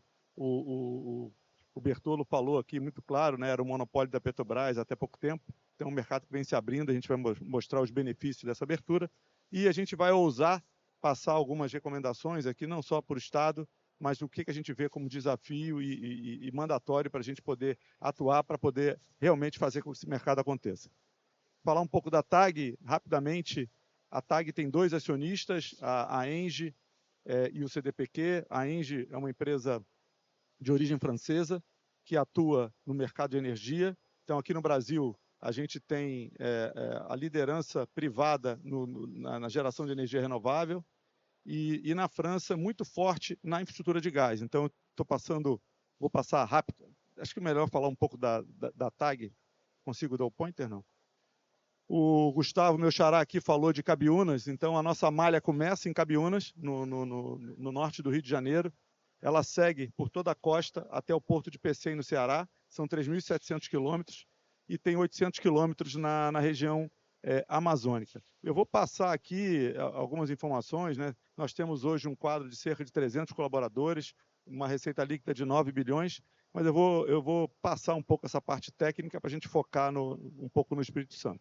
Aqui é para mostrar que no Brasil a gente tem 9.500 quilômetros de duto de transporte. A ENGIE, na França, tem mais de 32 mil. Então, você vê, a França é do tamanho de Minas Gerais. Só para mostrar o potencial que a gente tem aqui no Brasil, a França não produz 1 metro cúbico de gás e o Brasil tem uma série de reservas exploradas e muitas inexploradas e que tem um potencial de gerar riqueza econômica no país. O CDPQ também tem uma presença forte no investimento em infraestrutura e eu cito aqui a Southern Star e a Colonial, são dutos de somando os dois, mais de 16 mil quilômetros de duto nos Estados Unidos. Rapidamente falar um pouco do plano de investimento da TAG, eu vou passar para o Espírito Santo. Aqui é para mostrar, né, a empresa foi privatizada em junho de 2019, então a gente tem 5 anos no comando da empresa e 5 anos que a gente fala da nova TAG. A gente já investiu cerca de 1,3 bilhões nesses, vamos botar 4 anos e meio, né, porque até o final do ano passado, e tem um plano ousado de investimento de 5 bilhões aprovado pelo nosso conselho nos próximos 5 anos. E, além disso, um portfólio de projetos em torno de 20 bilhões de reais. Nem todos vão se materializar, mas mostra. Alabanca, que projetos são esses? São projetos de construção de dutos para descarbonização de indústria, né, para expandir a malha para atender crescimento de demanda, para remover gargalo existente hoje na infraestrutura. Então, tem projetos mais variados, muitos não vão sair, mas eu acho que é importante mostrar, porque tem muita oportunidade e o desafio é muito grande. Mais ou menos metade é expansão e a outra metade manutenção. Tem o time da Exxon aqui, o time da ENGIE, que atua nas nossas 16 bases operacionais. Eu falo que é um investimento silencioso que a gente precisa fazer para garantir a disponibilidade da infraestrutura, né, e que ela seja confiável para atender o mercado e essa abertura do mercado. Aqui no Espírito Santo, a TAG tem 540 quilômetros de duto de transporte, então, para vocês terem a importância do Estado para a TAG, né, se a gente for levar em consideração só a malha na costa, é quase 20%, né, da nossa malha de transporte, né, tem 2 pontos de recebimento de gás, 11 pontos de entrega aqui para a SE Gás, para a distribuidora, 2 estações de compressão, temos 200 empregos aqui no estado, o time da ENGIE está aqui, da Exxon, e também algumas outras empresas que prestam serviço, e em termos de impostos, 41 milhões de reais recolhidos no estado. Temos alguns clientes importantes aqui, Petrobras, Galp, 3R e a própria S Gás, e, obviamente, o mercado aqui é o mercado da distribuidora local e das indústrias, né, de maneira geral. Então, vou fazer um resumo desse slide, acho que é importante para o painel, né? De maneira geral, o Espírito Santo, né, tem vem aumentando muito a capacidade de produção de gás nos últimos anos. Isso é muito importante, não só para o Estado, mas para o país. Também tem um alto potencial de estocagem, que é uma coisa que é muito importante. No Brasil não tem, a gente está trabalhando para tentar viabilizar o primeiro projeto, e aqui no Espírito Santo tem potencial para fazer outros projetos. E uma mensagem importante, do lado da oferta e da demanda, o Espírito Santo está muito bem posicionado no mercado de gás, porque não existe gargalo na infraestrutura de transporte, e você tem produção no Espírito Santo, que pode ser atender o mercado brasileiro, e você tem a própria distribuidora, os consumidores livres do Espírito Santo, que podem comprar gás de outros supridores no Brasil. E isso é que gera liquidez no sistema e faz reduzir preço. Então, é muito importante colocar isso, porque eu acho que é um cenário ideal para novos investimentos aqui no Estado. Mercado livre, né? Então, já foi falado aqui, mas só para reforçar, hoje, o Espírito Santo tem mais cliente livre que São Paulo. Então, é um marco. né? Se você pegar a questão do PIB, representatividade de São Paulo no mercado brasileiro, comparar com o Espírito Santo, então isso aqui é uma coisa que tem que elogiar e mostra a importância do gás aqui para o Estado. A gente trouxe um dado aqui em relação aos dados oficiais, né? Se a gente for para mostrar o potencial de substituição energética, né? Troca de carvão, coque, diesel, GLP por gás, você tem um potencial aqui de cerca de 10 milhões de metros cúbicos por dia de aumentar a demanda de gás aqui no estado. Isso é descarbonização e isso gera riqueza. Um pouco dentro da minha agenda, a gente falar da questão da abertura do mercado, mostrar como isso foi importante para a TAG, né, e o nosso papel. Nós saímos de um cliente em 2019, que era a Petrobras, chegamos a 2 em 2021, que a gente atendeu o Grupo Nigel, a fábrica de fertilizantes na Bahia, em Sergipe, e hoje nós temos 22 carregadores, né? Alguns dos nossos clientes estão aqui, a gente marcou aqui todos os clientes que têm relação aqui com o Espírito Santo. Saímos de 5 contratos com a Petrobras para 122. Então, mostra todo o investimento que é necessário de back-office na retaguarda, time de faturamento, time tributário, time financeiro, todo o time comercial, toda a parte de gestão de contratos, todo o investimento que a gente vem fazer em digitalização para poder atender esse mercado. Não é fácil, é desafiador, mas a gente está confiante que vai chegar lá. Isso aqui é só para mostrar a importância do transporte para o mercado de gás. As distribuidoras do Nordeste, elas puderam contratar a capacidade de transporte na malha da TAG, né, ou a distribuidora ou o próprio produtor, e oferecer esse gás, que a maior parte dele estava sendo produzido no Rio de Janeiro, em Campos, como meu xará falou, em Cabiúnas, e a gente poder disponibilizar ele no Nordeste. E o que aconteceu? Gerou competição. Então você tem 10 fornecedores privados diferentes de gás, ao invés de ter somente a Petrobras fornecendo. Essa competição contribuiu para reduzir cerca de 20% o preço da molécula. E algumas distribuidoras, isso significou mais de 3 vezes o valor do custo do transporte que elas têm. Então, é realmente muito importante. Transporte, estou sofrendo uma pressão aqui das plaquinhas, eu não sou obrigado a comentar, porque fiquei por último, quase sem tempo, e a plaquinha ali, subindo ali. Mas é só para colocar que é muito importante para o círculo virtuoso, né, na cadeia, quando a gente tem mais diversidade de suprimentos, diversidade de fornecedores, aumenta a competição, gera mais liquidez para o sistema, isso reduz preço, e aí você tem um círculo virtuoso, reduz preço, aumenta a demanda, gera mais necessidade de investimento em infraestrutura. Eu acho que você tem 2 players de infraestrutura de rede aqui, a S-Gás e a TAG, que estão dispostos a fazer esses investimentos, né? Assim, ainda bem que eu só tinha 2 minutos, né?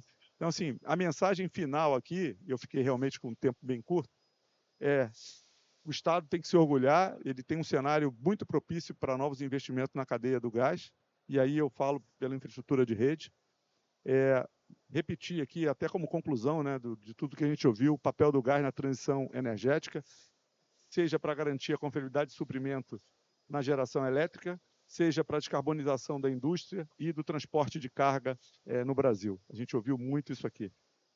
A abertura do mercado, ela traz maior pluralidade, maior diversidade de agentes, isso aumenta a competição e reduz preço. Então, quanto mais players, maior diversidade, isso é bom para o mercado. Porém, a gente tem alguns desafios regulatórios que a gente precisa abordar, não pode jogar para debaixo do tapete, tem que tratar, que essa harmonização entre as legislações estaduais e federal, porque isso evita o potencial bypass e alguns que a gente já tem da indústria de rede, aqui, transporte e distribuição, e isso é muito importante também para que a gente tenha maior atração de consumidores livres, né? A gente vê o papel do Espírito Santo aqui com 5 consumidores livres, mas imagina uma empresa que tem fábrica espalhada pelo Brasil inteiro, ela consegue ser livre no Espírito Santo, mas não consegue no São Paulo, no Rio ou em outro estado. Então, e precisa haver essa harmonização, isso é muito importante. E, por fim, a gente vê que o país precisa também de flexibilidade, e flexibilidade a gente está tentando dar através da nossa plataforma de balanceamento, mas a estocagem tem um papel fundamental. O Brasil não tem estocagem de gás, e a estocagem ela contribui com a sazonalidade termoelétrica, que você pode estocar o gás para a hora que ele precisa ser despachado, e isso viabiliza a produção nacional. A gente ouviu players importantes que estão produzindo gás aqui, e também para o gás associado. Por quê? Porque se o gás é associado ao petróleo, ele precisa ser despachado. Se ele não tem uma demanda, você consegue estocar. Isso gera flexibilidade para o sistema, então é muito importante que a gente foque na estocagem. Vou ficar por aqui, tive que correr. Obrigado a todos. Ok, obrigado, Labanca. Não, eu sei como é que é essa pressão do tempo, essa plaquinha deixa a gente nervoso. Mas eu queria parabenizar aqui a organização do painel, a organização do evento, o Durval também nessa organização. Mas antes de fechar, assim, a gente também está pressionado também pelo tempo, mas antes de fechar esse evento, né, antes de fechar esse painel, na conversa antes de vir para cá, o Durval fez um desafio, né, falando da importância da integração, né, dessa integração de vários setores, vários setores produtivos. Então, eu queria passar um pouco pela visão de cada um, de como que esse casamento do Espírito Santo, que tem vários polos siderúrgicos, que tem um polo siderúrgico, que tem um polo de produção, tem importantes oportunidades de integração de consumo, oportunidades de aumento de oferta. Como é que a gente pode fazer, na visão de vocês, para a gente desenvolver ainda mais o mercado de gás aqui no Espírito Santo? Labanca, eu vou fazer essa maldade agora com você, eu vou começar então por você dessa vez. Não, eu agradeço a oportunidade de começar, né? Agora, pelo menos, eu consigo um pouco mais calmo para falar. Mas eu acho que... Vou falar um termo chulo aqui, mas vocês me desculpem. Tirar a bunda da cadeira. Isso é o que a gente precisa fazer. Porque a gente vê um mercado que era um mercado monopolista e que a gente vem abrindo, e as pessoas têm a tendência de achar que vai resolver tudo em 1 ano, 2 anos, 3 anos. Não vai. Nós estamos falando de um mercado que é intensivo em capital, longuíssimo prazo. A gente está vendo aqui os produtores, então são decisões de investimento que, às vezes, para você começar a tirar o primeiro barril, levam 10 anos. Então, é longuíssimo prazo. A gente está fazendo um investimento na conexão do terminal de GNL da Eneva na malha da TAG, lá em Sergipe, e a remuneração do investimento é 30 anos. Então, a gente está olhando o país, olhando para frente, olhando longuíssimo prazo. Então, a gente precisa, sim, conversar. Eu acho que esse fórum aqui é muito importante. Me coloco à disposição. Acho que a S-Gás e a TAG têm uma parceria muito grande. A gente tem conversado muito, tem alguns grupos de trabalho criados para a gente poder, a gente brinca, né, fazer o investimento nos dutos certos e não em certos dutos. A gente tem que, quanto mais otimizado for a indústria de rede, melhor para o usuário, né? A gente trabalha como um condomínio, então quanto mais condômino, mais gente para dividir a conta da infraestrutura, isso é fundamental. E do lado da produção, me coloco aqui à disposição para conversar. Eu mostrei aqui, eu acho que a gente tem a gente fala, né, o transporte é um marketplace. Então, vocês estarem conectados no transporte, seja aqui no Espírito Santo, seja no Rio de Janeiro, seja no Nordeste, você tem acesso à malha integrada e você pode comercializar esse gás, essa molécula a nível nacional. Isso é muito importante. É isso que vai fazer o mercado crescer para gerar o círculo virtuoso e a gente ter mais demanda. Porque a gente, quando fala de demanda de gás, a gente esquece que o gás precisa ser competitivo, que o gás tem substituto. Precisa ser competitivo. E esse é um desafio grande que está em todos nós aqui. Porque eu dei o exemplo lá da redução do preço da molécula no Nordeste em 20%. Começou assim, mas isso já vem caindo. Por quê? Porque as empresas estão vendo, e as distribuidoras elas têm que publicar, né, o preço que elas contratam, a compra da molécula, esse spread vem caindo. Porque, poxa, se uma empresa vende a 100, e é só um exemplo aqui, por que eu vou vender 82 ou 80 no exemplo que eu dei? Eu posso vender 95, 98. Então, quanto mais empresas tiverem na ponta do consumo e na ponta da oferta, você vai fazer com que essa competição realmente aumente, e isso, para mim, é fundamental para reduzir preço. Mas me coloco à disposição de vocês, tanto a BW quanto a Prio, para ajudar no que for preciso para trazer esse gás para a malha de transporte e para o Brasil. Obrigado, Gustavo. Roper, então, aproveitando também, né, o Labanca ele fez esse desafio também da competitividade, né? Como é que a Prio pode ajudar nesse caminho dessa diversificação de oferta, de justamente a gente trazer um gás competitivo para desenvolvimento de novas aplicações, e esse desafio ambiental que a gente tem também, né? Então, assim, a gente tem uma pauta agora de descarbonização, mas você colocou ali até, às vezes, no Brasil, a gente acaba sendo contraditório, né? Você está com dificuldade de licenciamento ambiental e poderia estar trazendo um combustível que vai ajudar a despoluir, né? Como é que a gente lida com tudo isso?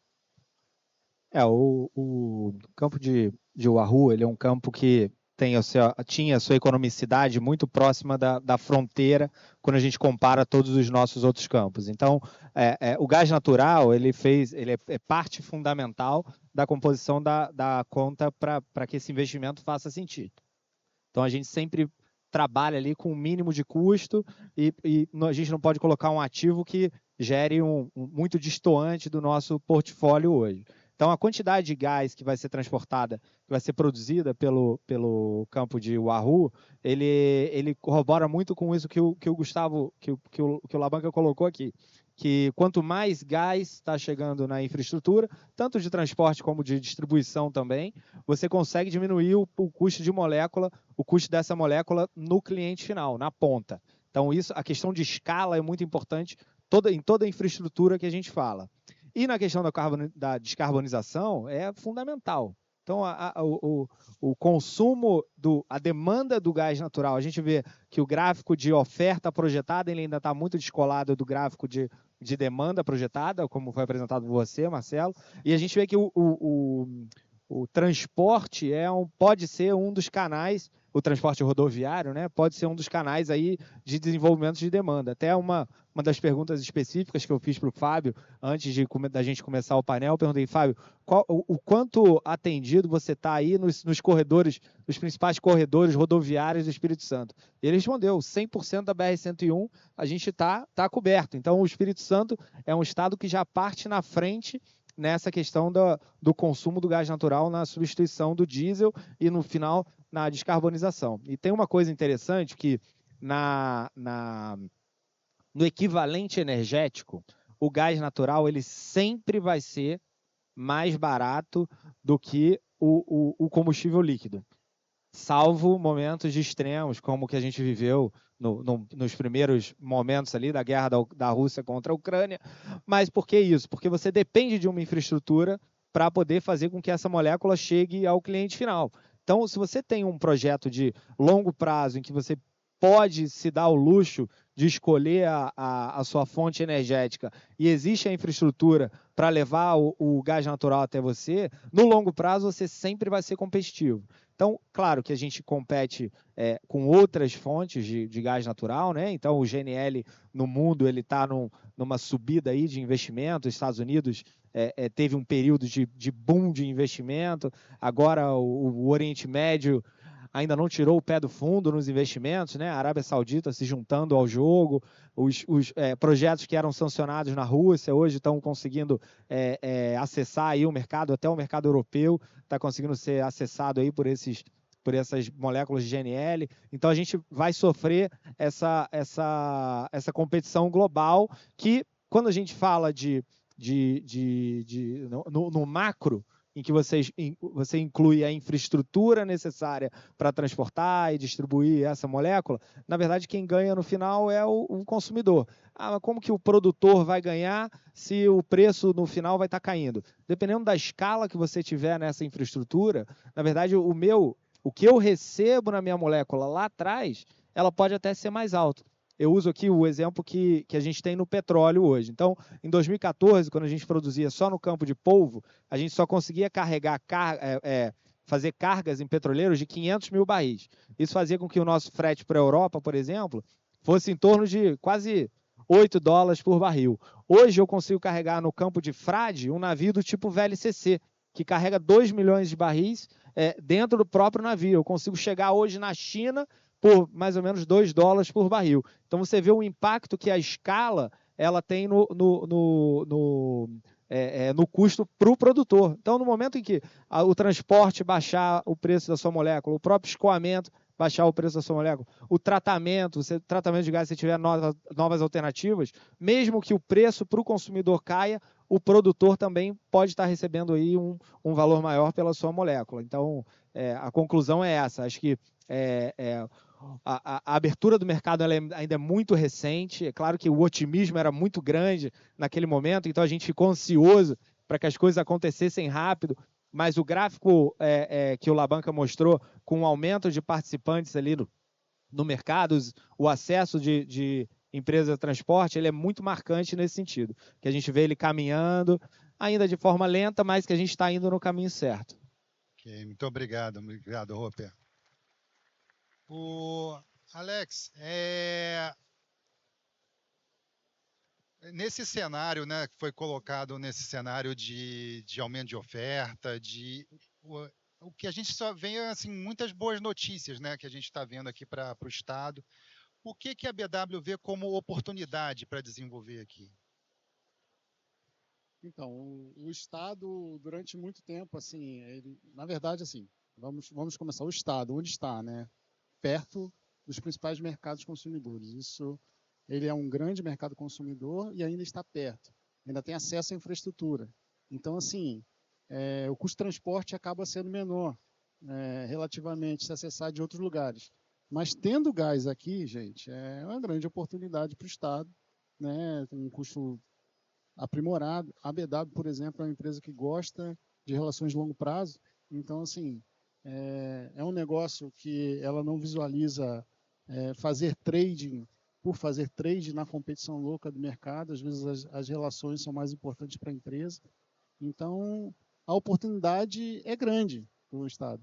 O que a gente tem que ter a visão é que o investimento, hoje, o custo de capital está muito elevado, né? Então, taxa de juros elevada nos Estados Unidos tem uma tendência de queda, mas, em geral, está muito elevado.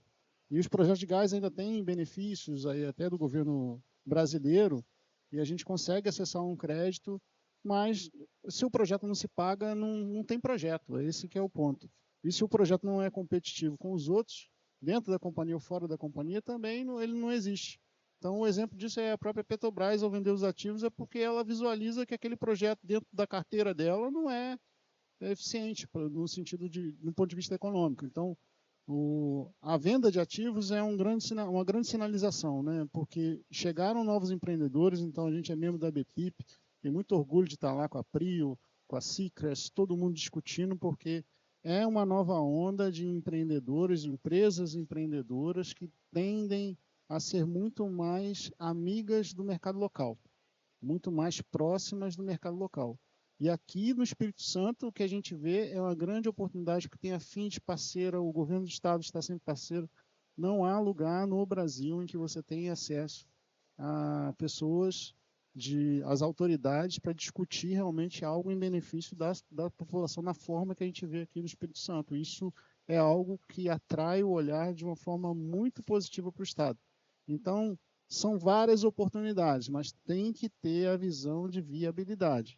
Então, há desafios na produção? Há. O Espírito Santo não é um Rio de Janeiro, por exemplo, na prospecção, na questão de oferta de hidrocarbonetos, oferta de gás natural. Mas tem um grande potencial, tem uma grande infraestrutura, tem um grande mercado, tem uma grande posição em relação à receptividade de investimento. É só ir nesse caminho e avançar cada vez mais na atratividade desses investimentos. A Prio aqui, eu sempre me solidarizo, né? Trabalhei no IBAMA, eu sei como é que é a relação, é difícil, mas assim, não dá, gente, para ficar um ano com uma sonda parada, isso mata qualquer negócio, é porque é a Prio que está aqui, entendeu? E ela está comprometida com esse projeto, mas assim, isso não pode ocorrer em lugar nenhum do mundo, porque simplesmente isso para um gringo é uma decisão às vezes de sair do país, entendeu?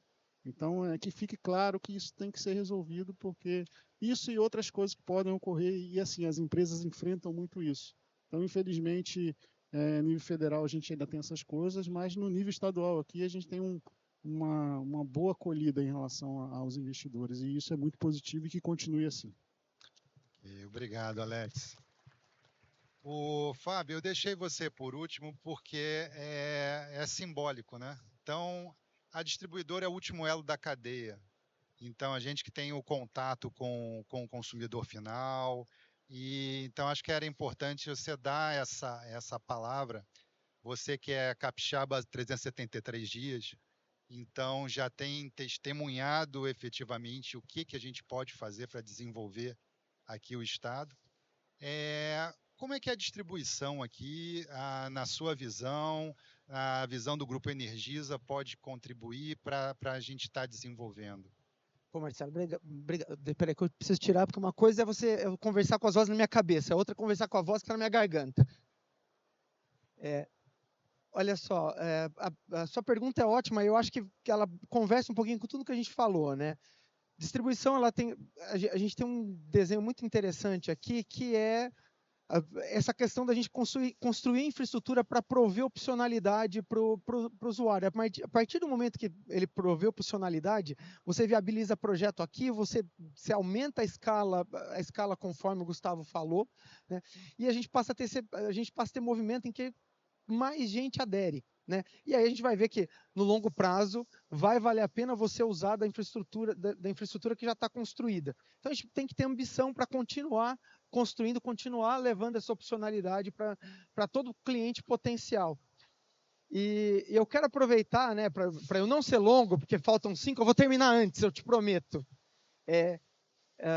E você falou uma palavra muito interessante, porque a gente está falando aqui de uma indústria de rede, né? É uma indústria que exige coordenação. Você falou uma palavra legal na pergunta que você fez para o Labanca, que é a palavra casamento. Então, ele exige que os agentes eles estejam alinhados para quê? Buscando uma solução para o cliente final, né? No final das contas, a gente tem que lembrar, né, que a cadeia não termina comigo, termina com alguém para quem eu estou entregando o gás. Essa solução ela tem que ser interessante para ele. E aí eu já vou fazer um teaser e bater a carteira. Quem quer saber como é que a gente pode fazer outros tipos de casamento fora do gás, mas no elétron e, por que não, nos bytes? Fica para o próximo painel. A gente vai ter a Roberta falando sobre a Reenergisa. Bati sua carteira aqui, Roberta, mas é de coração. Gente, eu termino aqui minha fala. Foi ótimo o painel. E eu quero dizer uma coisa importante, Espírito Santo tem um diferencial aqui, que é a facilidade de você fazer negócio, né? A escuta ativa que todos os agentes têm, né? É muito curioso a gente ver o problemão que o pessoal está tendo no IBAMA aqui. A gente conseguiu licenciar Guarapari, que é autorização estadual e municipal, assim, não foi um issue, né? Então a gente tem que Espírito Santo é o Brasil que dá certo, né? Então é isso que a gente tem que tentar seguir. Obrigado. Muito obrigado. Agradecer o Durval, agradecer a organização do evento, a oportunidade de estar aqui com vocês e estar participando e contribuindo para um novo passo do gás natural dentro do Estado do Espírito Santo. Então, a gente vê o governo muito empenhado no desenvolvimento dessa agenda, numa agenda de descarbonização, de uma agenda de desenvolvimento do gás natural, e a gente só sabe que tem benefícios de aumentar novos postos de trabalho, de aumentar a arrecadação de impostos. É uma agenda positiva que o governo está empenhado a desenvolver. Então, vocês estão de parabéns no desenvolvimento dessa feira e acho que vem muitas outras por aí. Ok? Obrigado.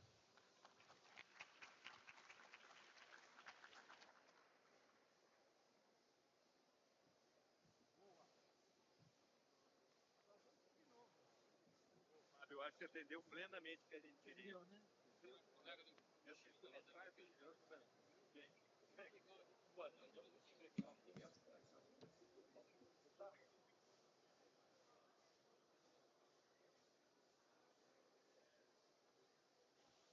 Muito obrigado a todos que estiveram conosco até agora no painel A Importância do Gás Natural para o Desenvolvimento do Espírito Santo. E daqui a pouquinho aqui, nessa mesma arena, teremos o painel A Descarbonização e a Transição Energética. O que estamos fazendo? Dentro de 10 minutos, vamos começar o nosso próximo painel. Se você quiser ficar aí, fica à vontade, tá bom? E para você conferir toda a programação da Mac Show, é só você acessar macshow.com.br/programação.